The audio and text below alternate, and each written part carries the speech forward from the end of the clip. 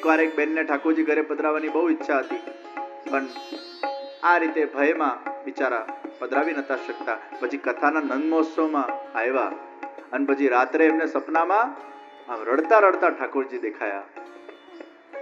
5મા દિવસે રડતા દેખાયા, 6ઠા દિવસે રડતા દેખાયા, 7મા દિવસે રડતા દેખાયા. પછી મને મળ્યા, મને પૂછે કે આ નંદ મહોત્સવ પછી મને ઠાકોરજી કેમ રડતા દેખાય છે? પછી મેં બેનને પૂછ્યું, તમારા મનમાં ક્યાંક ઠાકોરજીની સેવા કરવાનો ઘણા બધા વર્ષોથી ભાવ છે? મને કે ઘણા વર્ષોથી ભાવ છે. હું રોજ વિચાર કરું છું ક્યારે મારા જીવનમાં અનુકૂળતા થાય, પણ હું ડરું છું. અમારાથી બરાબર થાય નહીં તો, અપરાધ લાગે તો, કંઈ ખોટું થઈ જાય તો. અમે એવું સાંભળ્યું છે કે ભગવાનને અપરાધ પડે તો આપણું ખોટું થાય, આપણને દુઃખ પડે, આપણને ભગવાન હેરાન કરી મૂકે. એમને યોગ્ય સમજણ મળી અને જે દિવસે એમના ઘરે ઠાકોરજી પુષ્ટ કરીને બિરાજમાન કર્યા, એના બીજા દિવસે એમને ખિલખિલાટ હસતા હસતા ઠાકોરજીના દર્શન થયા. સ્વપ્નમાં ઠાકોરજી ખિલખિલાટ હસતા. આવા ઘણા લોકો મેં જોયા છે. સંજોગ વશાત ભગવાન એમને કંઈક પ્રેરણા કરતા હોય છે અને ભગવાન એમનો નિશ્ચિત ઉદ્ધાર કરતા હોય છે. તો કથાના માધ્યમથી મંગલ કલ્યાણ થાય છે. कुछ नहीं तो एक वाक्य हम लेके जाए, मारो छे श्रीनाथजी, मारो छे श्रीनाथजी, मारो छे श्रीनाथजी. શ્રીનાથજી બાવાની સુંદર લીલાઓ વ્રજમાં ચાલી રહી છે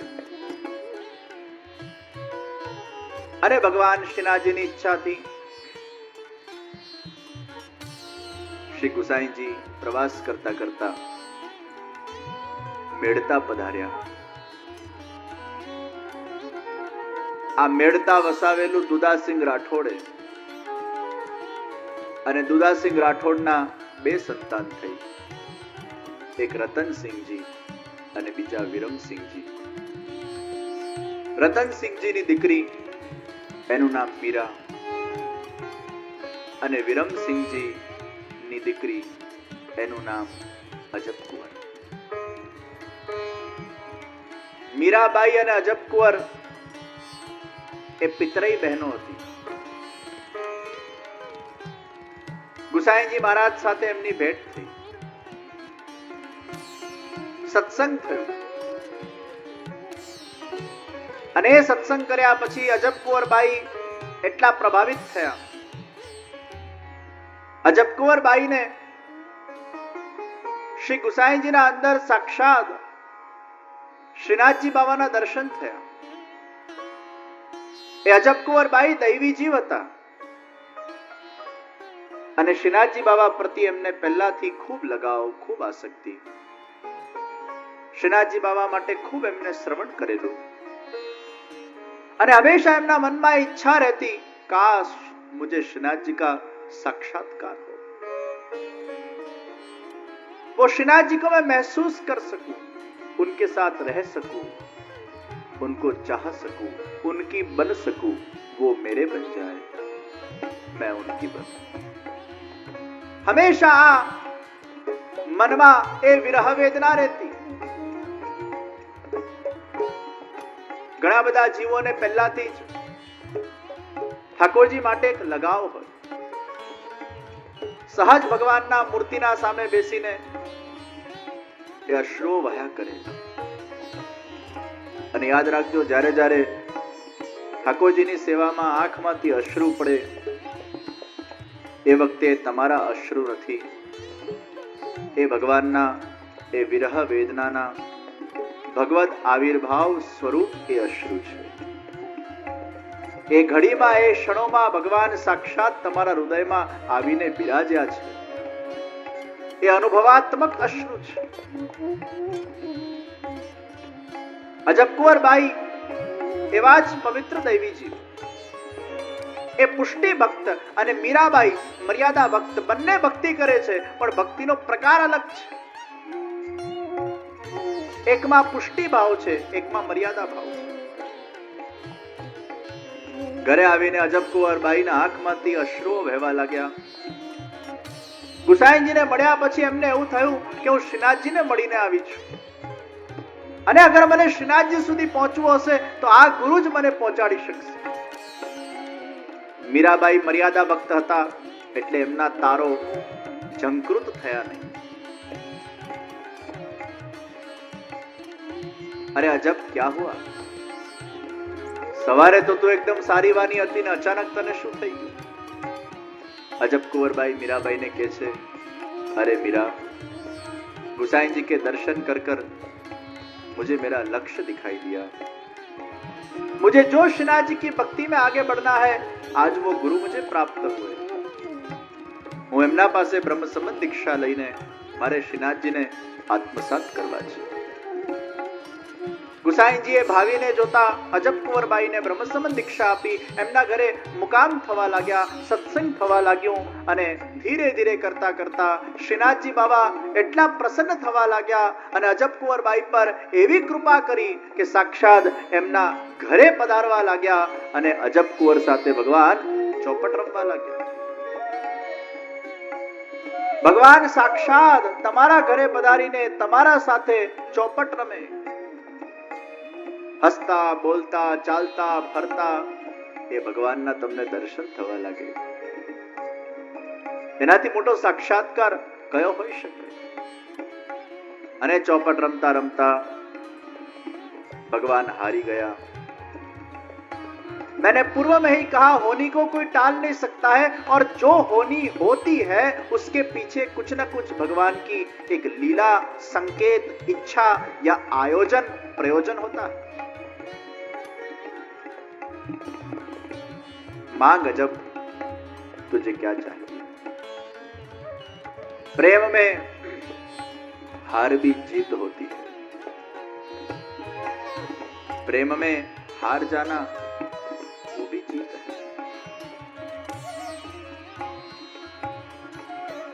मैं जीतूं तो तुझे पाऊं और मैं हारूं तो तेरी हो जाऊं. मैं जीतूं तो तुझे पाऊं और हारूं तो तेरी हो जाऊं. जीत में भी तू है, हार में भी तू है, चट भी मेरी, पट भी मेरी.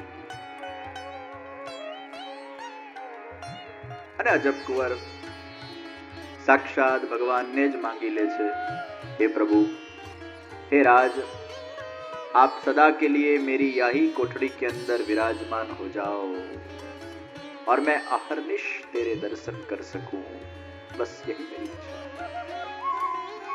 अरे अजब कुंवर, तूने व्रज के प्राण मांग लिए, अभी तो मुझे कुछ लीलाएं करनी बाकी है, लेकिन आज मैं तो को वचन देता हूं कि आज से 100 साल के पश्चात मैं तेरी यही कोठड़ी के अंदर आकर सदा के लिए निवास करूंगा, सदा के लिए तुझे और सर्व को दर्शन प्रदान करूंगा. आज मैं तुझे ये कोठड़ी में वचन प्रदान करता हूं. राज, 100 साल किसने देखे? तू चिंता मत कर अजब कुंवर, तेरी उम्र 135 साल की हो जाएगी तो भी तू मेरे दर्शन कर पाएगी. अजब कुंवर बाई प्रतीक्षा में बैठा छे, कब प्रभु पधारेंगे. અને આ બાજુ શ્રીનાથજી બાબા પોતાની લીલાઓને સંકેલવા જઈ રહ્યા છે. 100 વર્ષ કાઢવા આમ તો અઘરા હોય છે, બચ્ચા બહુ ફાસ્ટ નીકળી જાય, પછી કાઢવા અઘરા છે. બચ્ચા તો ક્યાં જતા રહે, પચા પછી હજી આઈનામાં મોડું જોઈએ તો એવું લાગે હજી તો મેં યુવાન હું, અભી તો મેં જવાન હું. અને જવાન રહેવું એ જોઈએ મનથી, શરીર વૃદ્ધ થયા કરે. 50 ને 60 ને પછી 65 ને જેમ જેમ વ્યક્તિ વૃદ્ધ પડતો જાય તેમ તેમ પછી એકલો પડતો જાય. સૌ સૌમાં વ્યસ્ત, સૌ સૌમાં પરોવાયેલા. તમે ક્યાં પરોવાયેલા? એ 60-65 પછી જો એ ભગવાનમાં ન પરોવાય, ભગવત કાર્યમાં ન પરોવાય તો પછી હતાશ થઈ જાય. અરે લીંબોડી પણ ખરતા પહેલા મીઠી થઈ જાય ભાઈ. વ્યક્તિએ પણ ખરતા પહેલા મીઠા થવું જોઈએ. એ કડવાશ લઈને ક્યાં મરશું? मृत्यु भी एक उत्सव है और मृत्यु उत्सव तभी बनता है जब व्यक्ति पूर्ण रूप से मृत्यु के समय पहले निष्काम हो जाए. अब मुझे कुछ नहीं चाहिए,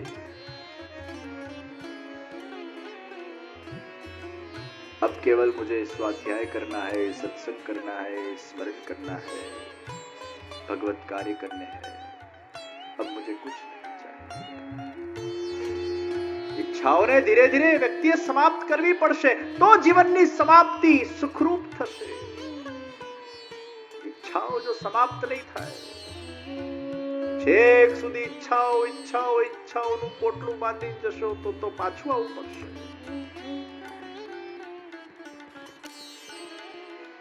એક વડીલ બીમાર પડ્યા, 6 દીકરા, છેલ્લી પથારીએ છેલ્લા શ્વાસ લઈ રહ્યા છે. 6 દીકરાને એવા પ્રેમથી યાદ કરે. દિનેશ હાજી બાપુજી, મહેશ હાજી બાપુજી, સુરેશ હાજી બાપુજી, ગણેશ હાજી બાપુજી. 6ઠા દીકરાએ કીધું હાજી બાપુજી એટલે વડીલ એવા ભડક્યા. મૂર્ખાઓ, 6 લોકો માથે પડ્યા છો, દુકાને કોણ બેઠું છે? મરવા પડ્યો છે વડીલ. છોકરાઓનું થયું તો આ કેવા યાદ કરે છેલ્લા સમય. એ યાદ એટલે કરતા હતા કે એને દુકાનની ચિંતા હતી, કોઈ બેઠું છે કે નહીં. હું ભલે મરતો, દુકાન નહીં મરવી જોઈએ. તો આ સમાપ્તિને શુભ કઈ રીતે બનાવીશું? છેલ્લા સમયે વ્યક્તિ બધેથી નિવૃત્ત બને. નિવૃત્તિ એટલે પ્રવૃત્તિ છોડવાની નથી, પણ મનની ઈચ્છાઓમાંથી નિવૃત્તિ. અને ઈચ્છાઓ પ્રગટ થાય તો ડિટેચમેન્ટ વાળી ઈચ્છા પ્રગટ થાય, પ્રલોભન વાળી નહીં, કામ વાળી નહીં, ડિટેચમેન્ટ વાળી ઈચ્છાઓ, શરણાગતિની ઈચ્છાઓ. તો જ વ્યક્તિને વિશ્રામ મળી શકે. નિવૃત્તિના સમયે વિશ્રામ એટલે કઈ ન કરવું નથી, પણ કઈ કરતા કરતા વિશ્રામ. ભગવાનને શરણાગત થઈને વિશ્રામ અવસ્થામાં પહોંચે અને પ્રભુના નિમિત્ત બનીને કાર્યોને કર્યા કરે, એવો વિશ્રામ.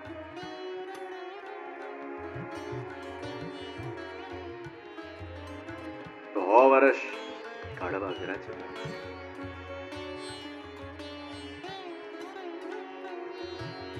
હું તો શાસ્ત્રીજીઓ બધા સંકલ્પમાં ઘણી વાર આપણે પેલું યજ્ઞ કર્માદિ કરીએ ને તો બોલાવતા હોય દીર્ઘાયુ. એટલે હું તો ફેરવાવી દઉં, મેં દીર્ઘાયુ નહીં, દિવ્ય આયુ. કોને લાંબુ જીવવું ભાઈ? કોને લાંબુ? દીર્ઘાયુ નહીં, દિવ્ય આયુ. તું જેટલું આયુ આપ, દિવ્ય આયુ આપ.